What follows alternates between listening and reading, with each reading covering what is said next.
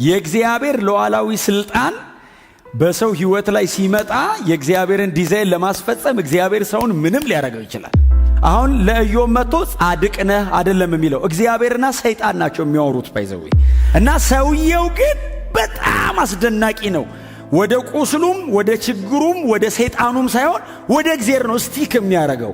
ነገሮችን በሙሉ ዲል የሚያደርጋቸው ከእግዚአብሔር ፖይንት ኦፍ ቪው ነው። እስራኤላዊም አይደለም የደቡብ አረቢያ ሰው ሆኖ ግን እግዚአብሔርን የሚፈራ በንጽህና የሚኖር እግዚአብሔር ሲመሰክርለት ባሪያዬ ኢዮብ ይፈራኛል አለና ጻድቅ ነው ይለዋል እግዚአብሔር። አሁን እግዚአብሔር ያሳይ ሰውየው በሰላም ተቀምጦ መንፈሳዊ ዓለም ላይ ነው እንቱን አይሰድበኝም አለው እግዚአብሔር። ሰይጣንስ ይሰድብሃል። ሰይጣን ቴምፕት ሊያደርገው እግዚአብሔር ቴስት ሊያደርገው ማለት። አንድ ሰው እየሮጠ መጣ ይላል ከአንድ ቦታ አቤት ሲለው መብረቅ ከሰማይ ወርዶ ከብቶቹን ምናም በሙሉ ፈጀ እና የነበሩትንም ሰዎች በሙሉ ጨረሰ። እኔስ አለውና ለአንተ መልእክት ለማድረስ ብቻ አመለጥኳለሁ። ቢጣራ እንደዚህ ይላል አይደል? የባሪያ ባሪያ ብጠራው አይሰማኝም አለ። እንደዚህ ይወረዳል። እግዚአብሔር ይምጣና አዎ እኔና እግዚአብሔር እንጠያየቅ እስቲ። እኔ በድየው እኔ ኃጢአት ሰርቼ በእኔ ኃጢአት ምክንያት ከሆነ አዎ እግዚአብሔር ይምጣና በንጽህና ቆሜ ይህን ሁሉ እየተቀበልኩ እንኳን ቢሆን ስለዚህ ጉዳይ በእግዚአብሔር ፊት ቆሜ ማስረዳት አልችልም።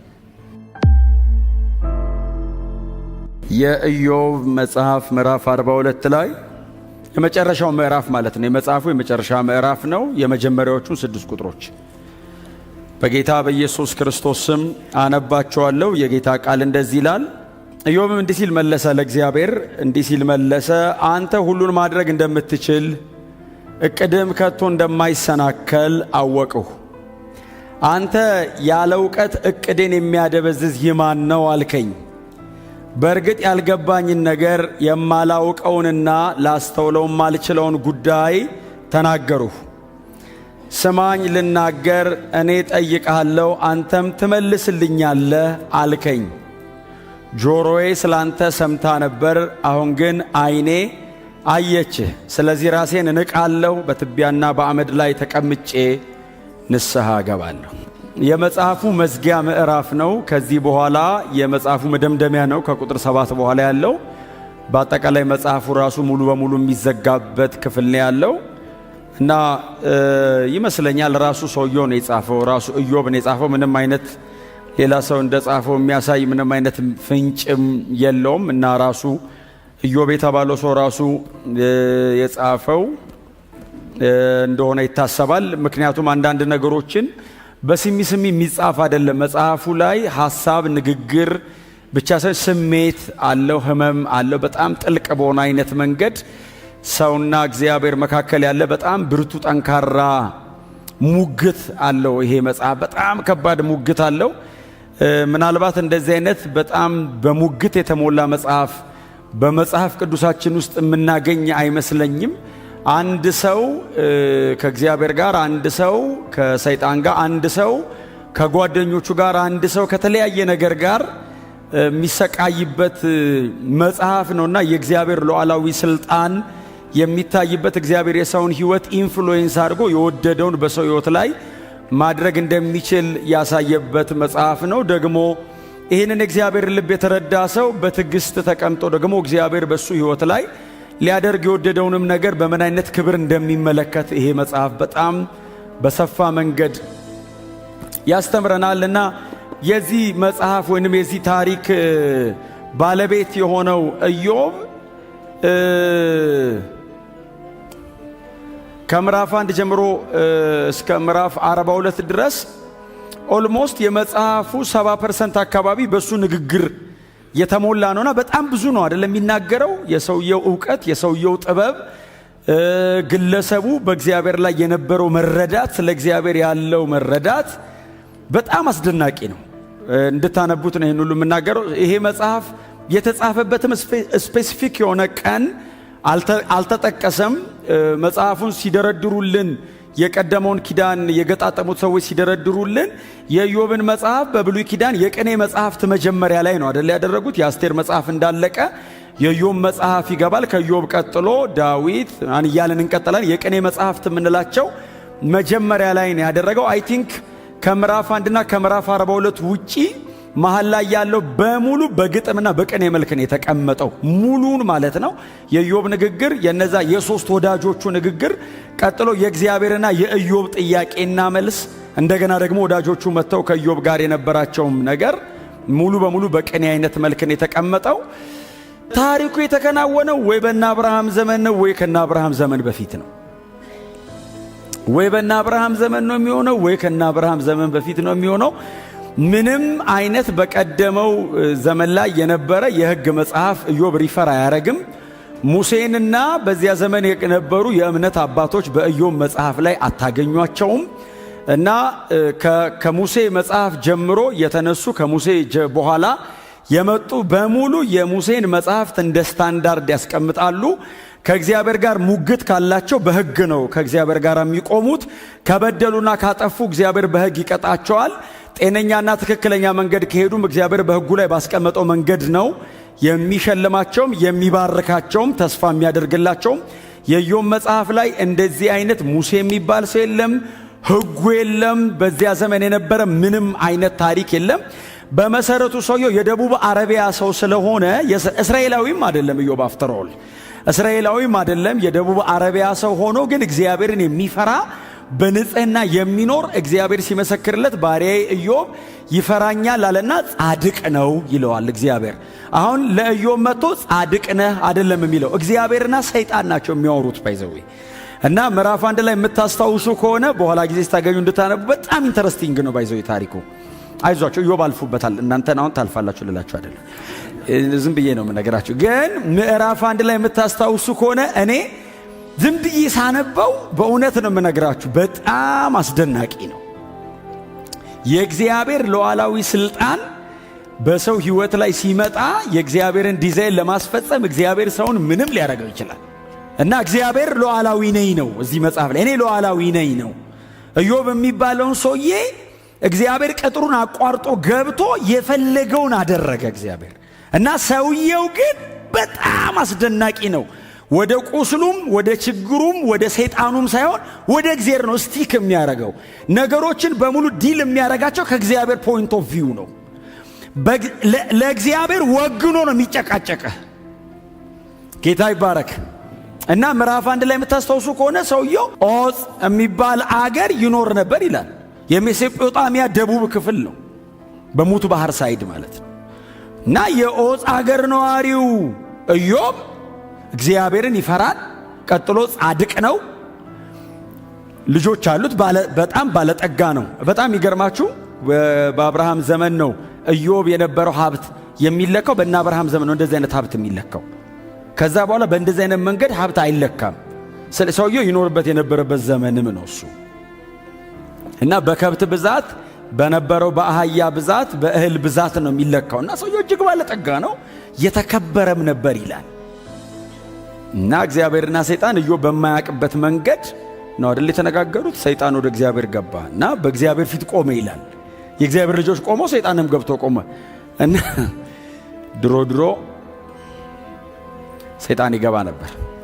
አሁን ኢየሱስ መጥቶ ነው እኛ የገባ ነው።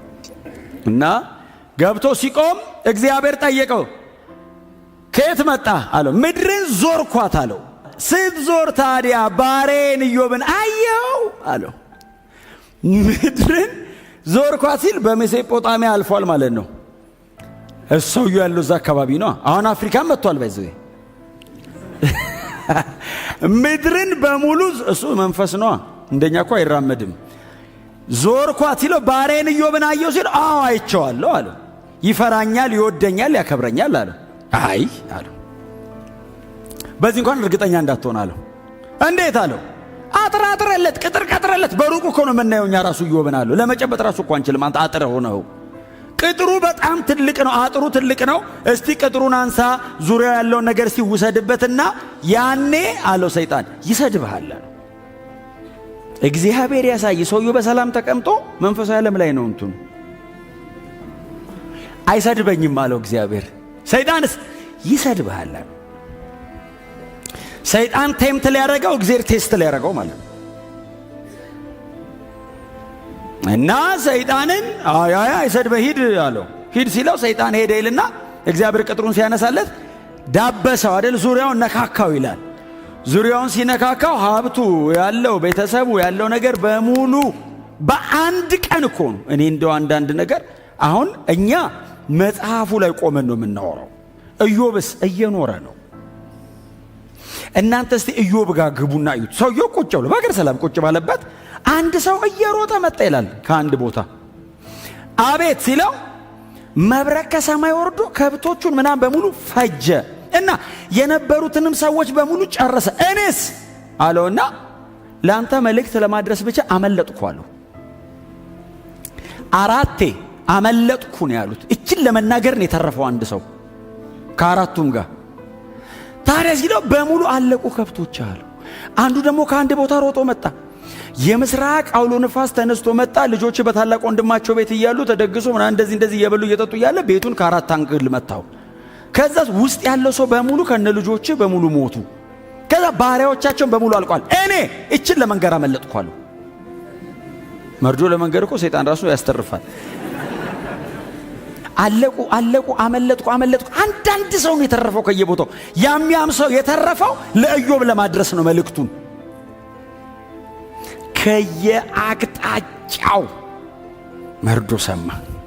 መጽሐፍ እንደዚህ ይላል፣ ልብሱን ቀደደ፣ በላዩ ላይ አመድ ነሰነሰ፣ ኢዮብ መሬት ተቀመጠ ይላል።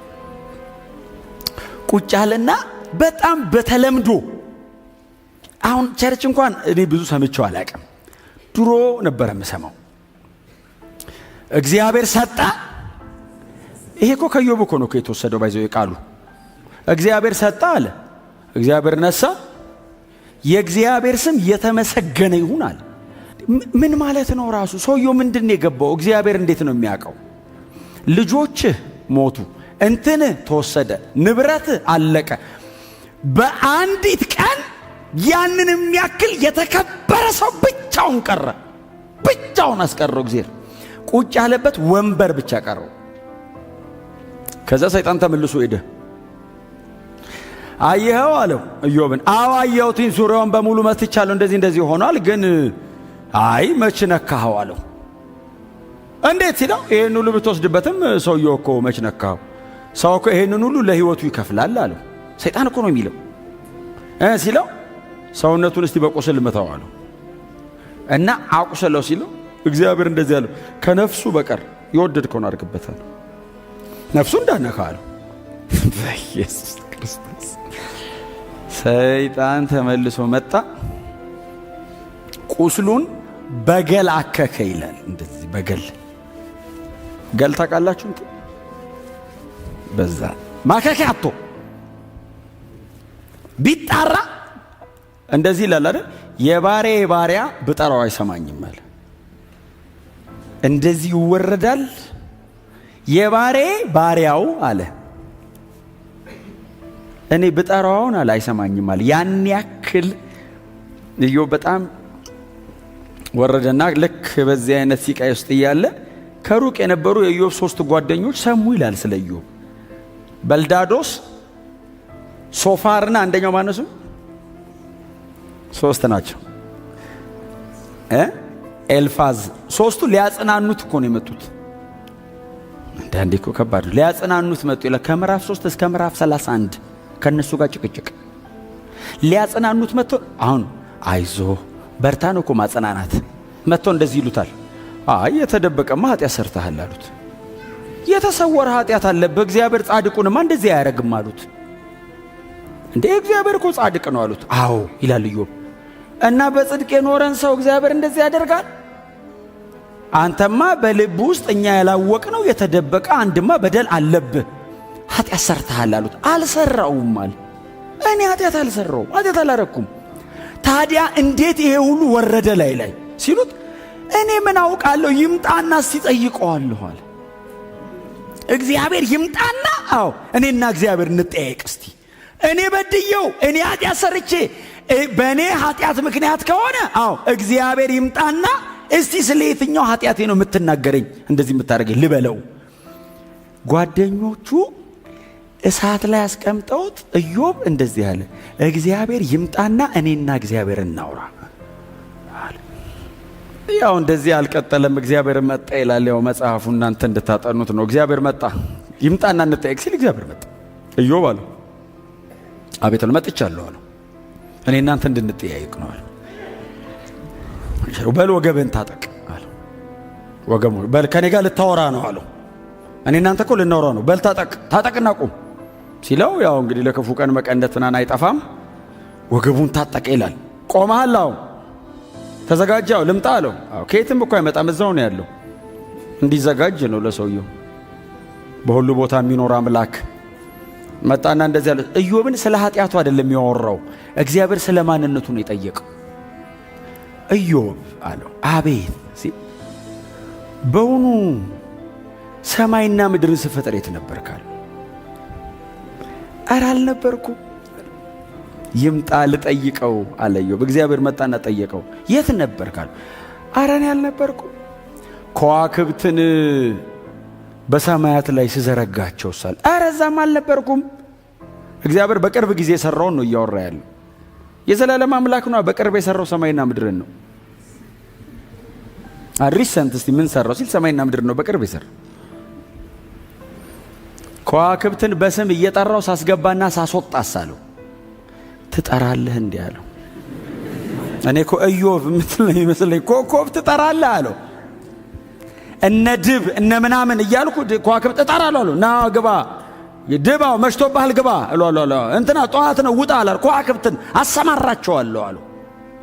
እንደዚህ አይነት አምላክ ነህ አለው። አዎ እንኳን እንዲያረካለው ኢዮብ ይሄንን ሁሉ ሲቃይ ሰብስቦ መመረቂያ ቴሲስ ሲጽፍ እግዚአብሔር ትልቅ ነው፣ እኛም እንደዚህ እኔን ያረከኝ አንተና አላቅም ነበር ለካ ምንም ብታረገኝ ልክ ነህ አለው። ክብር ለኢየሱስ ይሁን። ኢዮብ ታውቃላችሁ በአዲስ ኪዳናችን ላይ አንድ ቦታ ብቻ ነው የተጠቀሰው። አንድ ቦታ ተጠቅሷል፣ ግን በጣም የሚገርማችሁ ተጠቅሷል አንድ ቦታ ያዕቆብ 5:11 ላይ ተጠቅሷል። ያዕቆብ 5:11 ላይ ከትዕግስት አንጻር ነው የተጠቀሰው። ኢዮብ ታገሰ እና ከትዕግስት አንጻር ተጠቅሷል። ኢዮብ ግን የሚያልፍበት መከራ በጣም ሲበዛበት አንድ ልመና ለምኗል። አንድ ምጥ ኢዮብ 19 ላይ ከ25 ጀምሮ የሚቤዠኝ ሕያው እንደሆነ በመጨረሻም በምድር ላይ እንደሚቆም አውቃለሁ። ቆዳዬ ቢጠፋም ከሥጋዬ ብለይም እግዚአብሔርን አየዋለሁ። ሌላ ሳይሆን እኔው በገዛ ዓይኔ እኔ ራሴ አየዋለሁ። ልቤ በውስጤ ምንኛ በጉጉት ዛለ። የችግሩ መንስኤ በውስጡ አለ። እኛ እንዴት እናሳድደዋለን ብትሉ ቁጣ በሰይፍ መቀጣትን ያስከትላልና ራሳችሁ ሰይፍን ፍሩ፣ በዚያን ጊዜ ፍርድ እንዳለ ታውቃላችሁ ይላል። በጣም ይገርማችሁ ቁጥር 25 ላይ ፕሪዲክት ነው አይደል ያደረገው፣ መተንበይ ሳይሆን ቀድሞ ሊሆን ያለው ነገር ገባው። የሚቤዠኝ ሕያው እንደሆነ በመጨረሻም በምድር ላይ እንደሚቆም አውቃለሁ አለ። እኔ በእግዚአብሔር ፊት መቆም አልችልም አለ። እኔ አሁን በእግዚአብሔር ፊት እንደዚህ ፊት ለፊት እግዚአብሔርን አግኝቼ እንዲህና እንዲያ ልለው አልችልም። አዎ የሚቤዠኝ ይመጣል አለ፣ በምድር ላይ ይቆማል አለ። በእኔና በእግዚአብሔር መካከል መሬት ላይ መጥቶ ይቆምልኛል አለ። እኔና እግዚአብሔር መሃል ገብቶ እንደዚህ እማልፍበትን ሲቃይ ነግሮልኝ ይቤዠኛል፣ ነፃ አውጪ ይመጣል አለና በምድር ላይ ይቆምልኛል። ይሄንን የሚነግረው እኮ ለነዛ ጓደኞቹ። አሁን ኢዮብ ባለበት ሰዓት ላይ እንግዲህ አንድ ቀን እግዚአብሔር ነፃ ያወጣኛል ነው። ዘሆል ግን በመጽሐፍ ቅዱሳችን እኛ ጠቅላላ የመጽሐፍ ቅዱስ መጽሐፍት እጃችን ላይ ስላሉ ግልጽ ነገር ይገባናል። እግዚአብሔር ይሄንን ሰው በዚህ ውስጥ እያሳለፈ ስለምን እየተናገረ እንደሆነ እኛ በጣም በግልጽ ይገባናል። የሚቤዠን ይመጣል አለ ኢዮብ። ነፃ አውጪ ያው ይመጣልናል። ማናችንም በንጽህናችንም ይሁን በመከራችን በእግዚአብሔር ፊት መቆም አንችልም። እኔ ልቆም አልችልም አለ። በእግዚአብሔር ፊት ኃጢአተኛ አይደለሁም አለ። የማልፍበት ይሄ ሁሉ ሲቃይም ደግሞ የኃጢአቴ ውጤት አይደለም አለ። አልበደልኩም አለ። ምንም በንጽህና ቆሜ እግዚአብሔር በእኔ ሕይወት ላይ ይሄንን እያደረገ እንኳን ቢሆን በንጽህና ቆሜ ይሄን ሁሉ እየተቀበልኩ እንኳን ቢሆን ስለዚህ ጉዳይ በእግዚአብሔር ፊት ቆሜ ማስረዳት አልችልም። ንጹህ ነኝ አለ። አዎ የማልፍበት መንገድ ደግሞ የኃጢአቴ ውጤት አይደለም አለ። አዎ በድዬ አይደለም እግዚአብሔር የሚያሰቃየኝ፣ ግን የፈለገ ንጹህ ብሆን እግዚአብሔር በላይ ላይ ይሄን ሁሉ ቢያወርድብኝም በእግዚአብሔር ፊት ቆሜ ግን ስለዚህ ጉዳይ ማውራት ግን አልችልም። የሚቤዠኝ ይመጣል አለ። በእኔና በእግዚአብሔር መሃል የሚቆም አለ አለ። ኢዮብ ይሄንን ሲናገር ቅድም ነግሬያቸዋለሁ። እስራኤላዊ አይደለም፣ የአረቢያ ሰው ነው። የክህነት አገልግሎት ገብቶታል። ምክንያቱም ምዕራፍ 1 ላይ ስለ ራሱና ስለ ልጆቹ በደል በየቀኑ መስዋዕት ያቀርብ ነበር ይላል። ምናልባት ልጆቼ ከበደሉ እያለ መስዋዕት ያቀርባል። የክህነት አገልግሎት ያውቃል ኢዮብ። ስለዚህ አንድ ቀን ቤዛ ይመጣልኛል አለ እና በእኔና በእግዚአብሔር መሃል ይቆምልኛል አለ። ምዕራፍ 9 ላይ እንደውም የሚለው ምንድነው? በእኔና በዳኛው መሃል ይቆማል አለ። እግዚአብሔር ፈራጅ ነው አለ። አዎ እግዚአብሔር ሁሌ ልክ ነው አለ። አዎ እኔን ግን ነፃ ለማውጣት በመካከል ይገባልኛል አለ። እግዚአብሔር አይሳሳትም። አዎ እኔ የማልፍበት መንገድ ባይገባኝም እግዚአብሔር ግን ልክ ነው። እኔ አልገባኝም አለ። ክርክሩ እኮ ረጅሙ ምዕራፍ እኮ ክርክር የሆነበት ምክንያት እኔ አልገባኝም አለ። እነሱስ ኃጢአተኛ አይደለሁም አለ። እግዚአብሔር ጻድቅ ነው ይላል። አንተ የምትሄድበት መንገድ እኮ ልክ ስላልሆነ እኔ ኃጢአተኛ አይደለሁም፣ እግዚአብሔር ግን ጻድቅ ነው። ይሄ ነገር ግን ለምን እንደሆነ አልገባኝም። አንድ ቀን ግን ነፃ እንደምወጣ እርግጠኛ ነኝ። ተቤዤ ይመጣል፣ በእኔና በሱ መሃል መሬት ላይ ይቆማል አለ። ኢትስ ኢንካርኔሽን። በእኔና በእግዚአብሔር መካከል ቆሞ ስለ እኔ ማብራራት ማስረዳት የሚችል ምንም ንጹህ በሆን በእግዚአብሔር ፊት መቆም አልችልም አለ። እሱ ነው የሚቆመው በእኔና በእግዚአብሔር መሃል አለ። የፈለገ ንጹህ በሆን የእኔ ጽድቅ በእግዚአብሔር ፊት የመርገም ጨርቅ ነው አለ። የፈለገ ለእግዚአብሔር ወግኜ ብኖር የእግዚአብሔርን ጽድቅ ኮፓፓ ላረገው መመጠን አልችልም። በእግዚአብሔር ፊት ብቅ ብል ያጠፋኛል አለ እና በእኔና በእግዚአብሔር መሃል መሬት ላይ መቶ ቆሞ የሚቤዠኝ አንድ ቀን ይመጣል። እሱን ተስፋ አረጋለሁ። ነፃ አውጫችን ኢየሱስ ነው። ቤዛችን ኢየሱስ ነው። ኢዮብ ያለፈበትን መከራውን ብዬ አሁን እኔ ማንም ሰው እዚህ ውስጥ በሆነ ነው የምላችሁ በዚህ መጠን አልፋችኋል ብዬ አልጠይቅም። በጣም ተስፋ አረጋለሁ እንደዚህ አይነት ነገር ውስጥ በዚህ መጠን ያለፈ ሰው የለም። በጣም የትዕግስት ምሳሌ ነው። እንደ ኢዮብ የተዋረደ በሰው ደረጃ አናቅ። እንደ ኢዮብ ደግሞ የታገሰ አይደል አላየንም።